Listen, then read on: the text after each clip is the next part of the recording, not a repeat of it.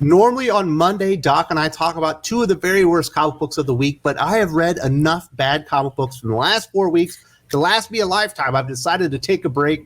So we're going to talk about a comic book that I don't think is bad. I do not think Punisher #2 is a bad comic book, but there is something bad in this. I hate this trope. I hate the idea that every character loses any sense of agency when they become a hero or they go out on their mission. They did it to Batman, they've done it to Spider-Man, and now they've done it to Punisher. They being Jason Aaron, they've essentially retconned the Punisher's origins and how he became to be the Punisher. And here with me to talk about that is the X-Men historian, but also the Marvel aficionado. Doc, how you doing, buddy? I am good. Well, let's get into it, Doc. So what we learned right from the very get-go of this comic book is we see that Frank Castle, as like a 12-year-old, he's in counseling. This is what I took away from it, at least initially why he's there, is that there was a bully in school, and he beat him so badly he destroyed his testicles, and he can likely never reproduce again. I thought that was awful. And then you see all these doodles around him. Apparently, he's been thinking about becoming the Punisher since he was a preteen. Look, this is just what Jason Aaron does. He fundamentally alters characters. The Punisher's real origin was very simple. He was an ex-soldier and a cop who, was just doing his job until his family got killed in a gang war. And the guy decides to go out and, like Batman, stop crime. Except for instead of him being a kid, it's him as an adult. He just does what he already is doing as a cop and a former soldier, except for more hardcore. He just takes the gloves off. That's what the Punisher was. And instead, now we're getting like this, he was always a psychopath. Like, this kid is the kind of kid that would end up turning into a friggin' school shooter. Yeah, it's crazy because they don't even insinuate, it's his internal monologue while they're going through the therapy session. He's like, should I tell him about the knife that I've, planted inside of a teddy bear? Should I tell him about the brass knuckles I'm hiding? Should I tell him about the man I've already murdered? He's only 12. And it's like, oh my goodness, he's been this violent psychopath the entire time. It was never a moment that changed his life where he decided he wanted to get vengeance. He was just a sociopath since he was a little kid, and he was always going to be a murderer. He's just using what happened to his wife and his kids as an excuse to go out there and murder people, is essentially the way it reads. Yeah, you know what? What this really feels like is Jason Aaron reread Preacher recently and decided to turn the Punisher into like the Saint of Killers, except for even worse. Frank Castle was always a psycho.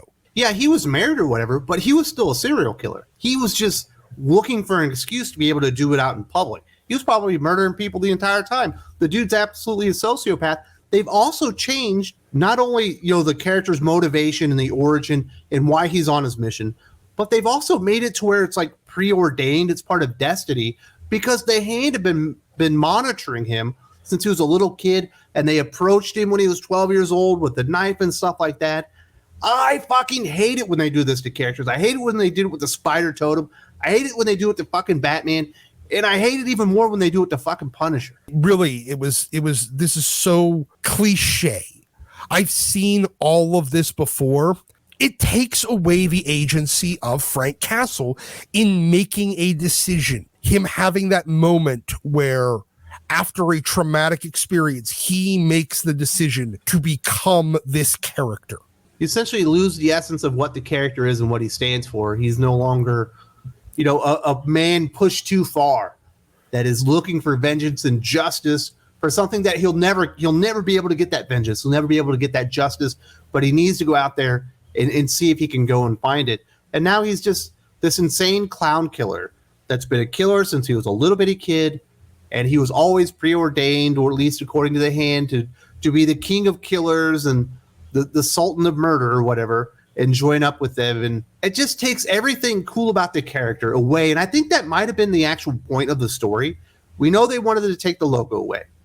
And they don't like that it's associated with certain things. And I think they just wanted to make the character no longer somebody that comic characters could appreciate. And if they still did appreciate him, they would make him so unrecognizable that they would end up having to turn their backs on him.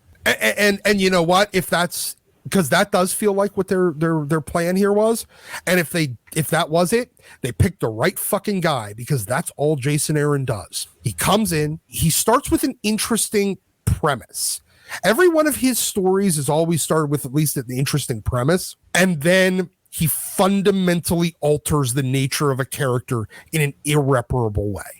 And that's what they've just done to the Punisher. He's fundamentally altered at his origin level in a way that you can never undo. So do you think this came from Marvel Comics himself? Do you think this was a C.B. Cebulski edict to Jason Aaron? I want you to come in here.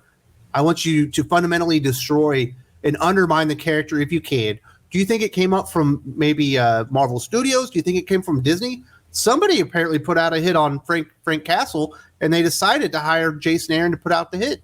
Well, I think Jason Aaron came up with the idea, but there was an overall, we can't just kill the Punisher, because that'd be IP abandonment, and because it has value, I guess, as an IP. But they want to make the wrong people not like the Punisher anymore. So they went to the one guy that they knew would have an idea on how to break the fucking character. Because that's what Jason Aaron has spent his entire Marvel career doing. Also, he did it with Thor. He made him unworthy of the hammer, and he gave it to his girlfriend. He did it to Cyclops. He did it to Wolverine. He did it to Doctor Strange. None of these characters are recognizable. You know what's crazy? He was writing that Conan series, which was pretty good. I got to this one issue of his Conan, and Conan's in a tent, and he's got these three scantily clad ladies, and they're hitting on him. It's obviously they want to have physical relations with Conan, and Conan's like, I'm not interested. I was like, what fucking character is this? Like, yes. Are you kidding me? He's like, that's not Conan. I was like, I'm not reading this anymore. Exactly. But that is who Jason Aaron is. They already know what his MO is. Have a decent and interesting hook to make people actually want to read it, and then break everything. Nothing is salvageable when he's done. They're doing it with the Avengers, with Avengers 1 million BC. So it's no longer just an initiative that a bunch of C-list characters got together to form a team.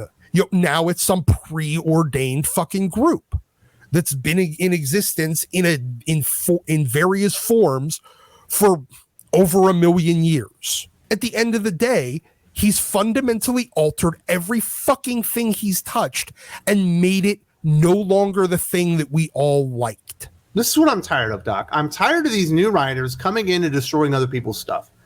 Stop going in there and altering the origin of Bruce Wayne. Don't go in there and alter the origin of Spider-Man. You don't go in there and alter the origin of Punisher. As far as comic book heroes go, those are three of the best origins that really fit the character and what their mission is after that. Stop trying to put your stamp on the character and where he came from, because you weren't a part of it. Stop going out there with the stupid spider totem. Don't go in there and have these stupid sessions with a therapist. It's just eminently frustrating that these publishers don't respect the creators and the characters enough to say, hands off, dipshit. Go write stories in the now and leave the past behind you. Exactly. Because they think that for whatever reason, these characters can't start from a very simple origin and grow into something much, much bigger as the consequence of one choice, of deciding to become, in Batman's case, a symbol against crime. In Spider-Man's case, a hero that feels responsible for saving everyone. And in the Punisher's case, someone that's going to personally take the war on crime 100% seriously with no gloves on. Those kind of simple origins. And you can see how it grows and evolves and snowballs from there. No, they got to come back and add some fucking bat god and, some predestiny about him becoming the god of killers or some shit. No, the red murder machine or whatever the fuck they were calling him in this book. No, all he needs is a very simple origin that could spiral out from there. Instead, they turned him into the fucking one of the Columbine kids. Yeah, it's just a weird choice. I was not very happy. Like I said, the rest of the comic book is fine. I disagree with Doc. I think it's perfectly readable, but this retcon makes this a no recommend. I fucking hate everything about it. Do you have any final words, Doc? This is what you get with Jason Aaron. Not every comic book writer goes out of their way to destroy characters. In fact, there are a lot of comic book writers that go out of their way to save characters. My good friend Eric Breed and I talked about the 5 character saving moments in comic books. The 5 times comic book writers went out of their way, took a character that was in bad states, and really turned it around with good storytelling. This is the opposite of what Jason Aaron just did.